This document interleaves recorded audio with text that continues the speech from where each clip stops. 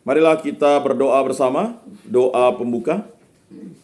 Tuhan Yesus, Engkau telah bersabda, mintalah maka kamu akan menerima, carilah dan kamu akan mendapat, ketuklah maka pintu akan dibukakan kepadamu. Kami hadir di hadapan-Mu karena kepercayaan ini. Kepada siapakah kami harus berpaling kalau tidak kepadamu, yang adalah sumber segala rahmat? Kemanakah kami harus mencari kalau tidak ke dalam harta kekayaan ilahi yang memuat kebaikan dan belas kasihan-Mu? Kemanakah kami harus mengetuk pintu kalau tidak pada pintu yang melaluinya Tuhan memberikan dirinya kepada kami, dan melaluinya kami pergi menuju Tuhan? Di dalam Engkau aku menemukan penghiburan ketika berduka, perlindungan ketika dianiaya, kekuatan ketika terbeban oleh berbagai pencobaan, dan terang di saat aku ragu dan dalam kegelapan. Hadirlah di tengah-tengah kami, agar kami semakin terbuka pada firman dan ajaran-Mu. Semoga kami memperoleh inspirasi hidup yang meneguhkan pengharapan kami kepadamu. Demi Kristus pengantara kami. Amin. Mari kita membaca inspirasi kitab suci dari Injil Lukas bab 16 ayat 19 sampai 31. Untuk kesempatan ini ayat ganjil dibaca oleh kaum lelaki, oleh bapak-bapak, dan ayat genap oleh kaum perempuan atau kaum ibu-ibu. Mari kita membaca bersama. Orang kaya dan Lazarus. Ada seseorang yang kaya yang selalu berpakaian jubah ungu dan kain halus, dan setiap hari ia bersukaria dalam kemewahan. Ada pula seorang pengemis bernama Lazarus, badannya penuh dengan borok, berbaring dekat pintu rumah orang kaya itu, dan ingin menghilangkan laparnya dengan apa yang jatuh dari meja orang kaya itu. Malahan anjing-anjing datang dan menjilat boroknya. Kemudian matilah orang miskin itu, lalu dibawa oleh malaikat-malaikat ke kemampuan Abraham. Orang kaya itu juga mati, lalu dikubur. Sementara ia menderita sengsara di alam maut, ia memandang ke atas, dan dari jauh dilihatnya Abraham dan Lazarus duduk di pangkuannya. Dan dari jauh dilihatnya Abraham dan Lazarus duduk di pangkuannya. Lalu ia berseru, Bapa Abraham, kasihanilah aku. Suruhlah Lazarus supaya ia mencelupkan ujung jarinya ke dalam air dan menyejukkan lidahku, sebab aku sangat menderita dalam nyala api ini. Namun Abraham berkata, anakku, ingatlah bahwa engkau telah menerima segala yang baik sewaktu hidupmu, sedangkan Lazarus segala yang buruk. Sekarang di sini ia mendapat hiburan, dan engkau sangat menderita. Selain itu, di antara kami dan kamu tentang jurang yang tak terseberangi, supaya mereka yang mau pergi dari sini kepadamu, atau mereka yang mau datang dari situ kepada kami, tidak dapat menyeberang. Kata orang itu, kalau demikian, aku minta kepadamu, Bapa, supaya engkau menyuruh dia ke rumah bapakku. Sebab masih ada 5 orang saudaraku, supaya ia memperingati mereka dengan sungguh-sungguh, agar mereka pun tidak masuk kelak ke dalam tempat penderitaan ini. Tetapi kata Abraham, mereka memiliki Musa dan para nabi. Hendaklah mereka mendengarkan. Jawab orang itu, tidak Bapak Abraham. Tetapi jika ada seseorang yang datang dari antara orang mati kepada mereka, mereka akan bertobat. Kata Abraham kepadanya, jika mereka tidak mendengarkan Musa dan para nabi, mereka juga tidak akan diyakinkan, sekalipun oleh seorang yang bangkit dari antara orang mati. Demikianlah Injil Tuhan. Terpujilah Kristus. Bapak, Ibu, saudara-saudari yang terkasih, marilah kita mendalami teks kitab suci yang telah kita baca dari Injil Lukas ini. Yang pertama, jelaskan dengan singkat bagaimana nasib orang kaya dan Lazarus dibalikkan di alam maut. Kemudian yang kedua, bayangkan kesenjangan kaya miskin dan apa pesan refleksinya untuk saya sendiri atau kita sendiri. Yang ketiga, apa saja perilaku si kaya baik di bumi maupun di alam maut. Yang keempat, bertolak dari perilaku buruk si kaya itu, apa yang seharusnya ia lakukan ketika ia bersama orang miskin yang menderita. Kemudian yang kelima, apa permintaan orang kaya, mengapa ditolak oleh Abraham. Yang keenam, situasi harmonis seperti apa yang harus dibangun oleh si kaya dan si miskin. Saya ulangi, situasi harmonis seperti apa yang harus dibangun oleh si kaya dan si miskin. Nah, silakan Bapak Ibu. Ayat-ayat untuk jawabannya sudah ada. Tinggal direfleksikan saja. Memang pertanyaannya ada 1, 2, 3, 4, 5, 6. Tetapi bisa disimpulkan dalam refleksi iman, perjalanan iman kita selama masa prapaskah ini, ya. Kita sudah buat apa yang kita lakukan untuk hidup rohani kita, untuk batin kita, untuk hidup jasmani kita, untuk hidup pasangan kita, hidup keluarga kita, anak-anak kita, cucu-cucu kita, dan juga orang-orang yang kita kenal. Apa yang kita sudah lakukan dari refleksi ini? Apakah dari bacaan ini mengena kepada kita? Apakah kita meninggalkan saudara-saudari kita yang terpikirkan, terutama orang-orang di sekitar kita? Kita makan, dia tidak makan. Kita minum, dia harus kehausan misalnya. Atau banyak di antara saudara-saudari kita, ya, atau orang-orang terdekat kita, keluarga kita yang terdekat mengalami kesulitan, kita tidak bisa membantu karena keterbatasan waktu, jarak, dan tenaga. Silakan Bapak Ibu bisa dijawab sesuai dengan refleksi terdalam dari kehidupan nyata kita sehari-hari. Mungkin dari kaum perempuan, kaum ibu-ibu dulu, silakan.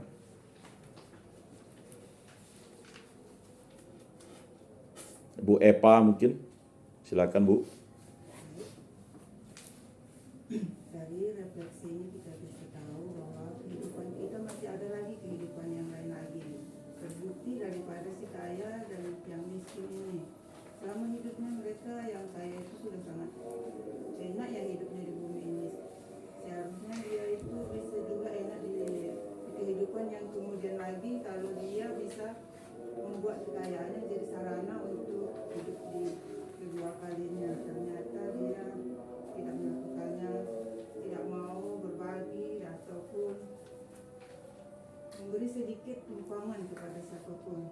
Sehingga di kehidupan kedua kalinya itu kita bisa tahu bahwa dia tidak sama dengan yang miskin.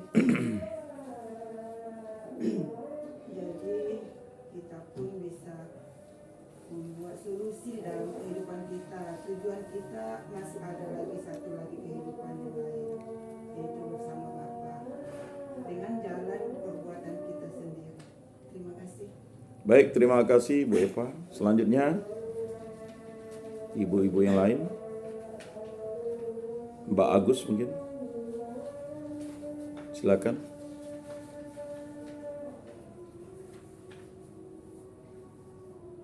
Ya, menjawab salah satu pun tidak apa-apa kan begitu. Bu Sigar, Mama Alek mungkin, Bu Tarno, Bu. Tidak banyak jumlah kita di absen saja ya. Gimana Bu? Bisa Bu? Sama Bapak nanti. Silakan Bu. Kalau yang kaya ini bisa sedikit berbagi aja, mungkin kita udah meninggal mungkin ada solusinya. Kebaikan kita di dunia ini mungkin dipertimbangkan sama Bapa di surga gitulah. Intinya tuh kita nih hidup harus berbagi sama yang berkekurangan. Itulah Pak.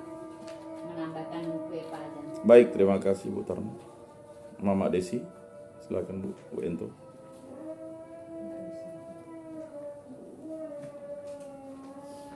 Bu Yani.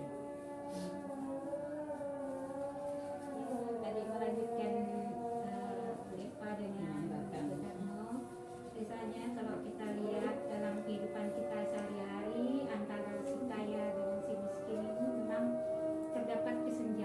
Ya. Nah, contohnya tadi kan kalau dilihat di dalam bacaan tadi, di mana orang kaya itu makan, sedangkan si Lazarus tadi kan orang miskin dia dibiarkan. Jadi dia hanya makan makanan yang sudah jatuh Ya. dari makanan orang kaya itu tadi. Sedangkan dia juga dibiarkan dijilat oleh anjing bau-baunya itu tadi. Ya. Sehingga dia mati. Kemudian di mana yang kaya tadi juga mati, kemudian Lazarus juga mati. Tetapi dilihat di sini orang kaya ini mati, dia menderita karena kepanasan oleh api yang mungkin kita sebut api neraka barangkali. Ya. Sedangkan Lazarus di sini dia duduk di pangkuan Bapak Abraham. Terima kasih Bu Yani. Bu Jutin, mungkin ada Bu? Bu Ratna?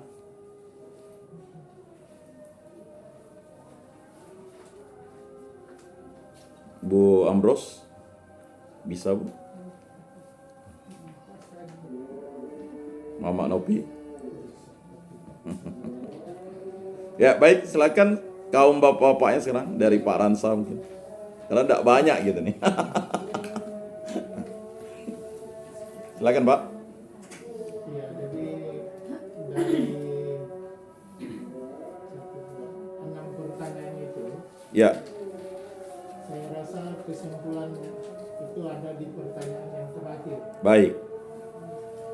Situasi harmonis seperti apa yang harus dibangun oleh si kaya dan si miskin. Ya, Nah, jika orang kaya itu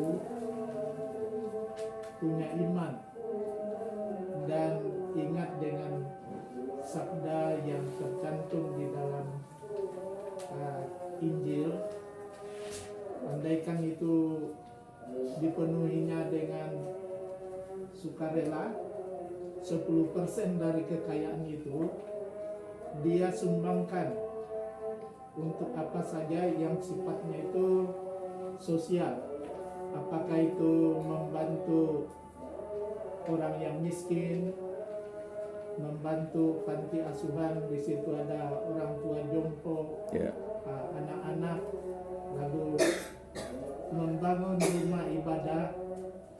Saya rasa di sinilah letak sesungguhnya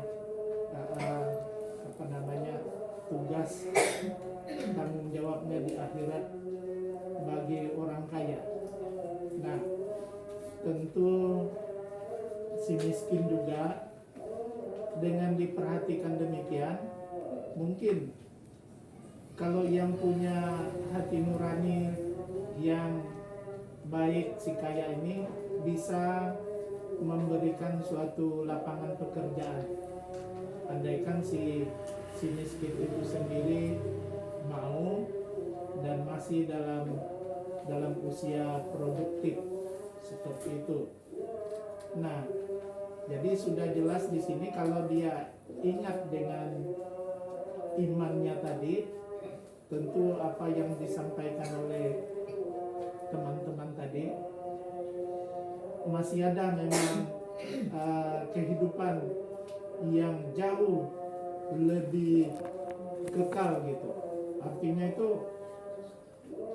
di dunia ini hidup kita sementara, di akhirat itu hidup kita itu abadi.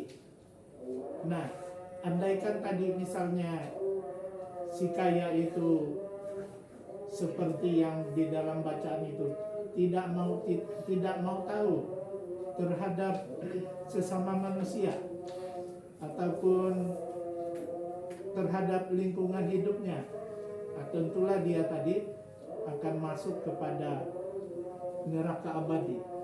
Siapapun tidak bisa menolong. Seperti tadi Lazarus, dia hidup menderita, orang miskin. Jadi ketika dia sudah mati, maka dia memperoleh kehidupan yang abadi di surga. Nah, si kaya malah meminta tolong gitu, supaya dia dilepaskan dari penderitaan kekal tadi, tetapi dia tidak bisa ditolong. Nah, jadi barangkali inilah bagi kita yang menjadi yang menjadi pertimbangan hidup kita, yang kita harus jalani. Seberapapun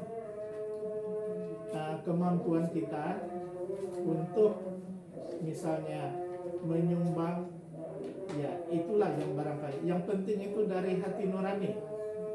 Nah, sekarang ini kan ada APP ya. Nah, itu kembali ke situ, seberapapun yang kita miliki, ya kita berikanlah sesuai kemampuan kita. Apalagi kami yang tua-tua ini, boleh dikata tidak ada penghasilan lagi begitu. Tapi ya sesuai dengan hati nurani, kemampuan, ya kita harus melibatkan diri di situ pada aksi-aksi puasa tadi. Nah, saya rasa demikian saja Pak yang saya bisa sampaikan. Baik, terima kasih Pak Ronsa. Pak Amros mungkin ada Pak?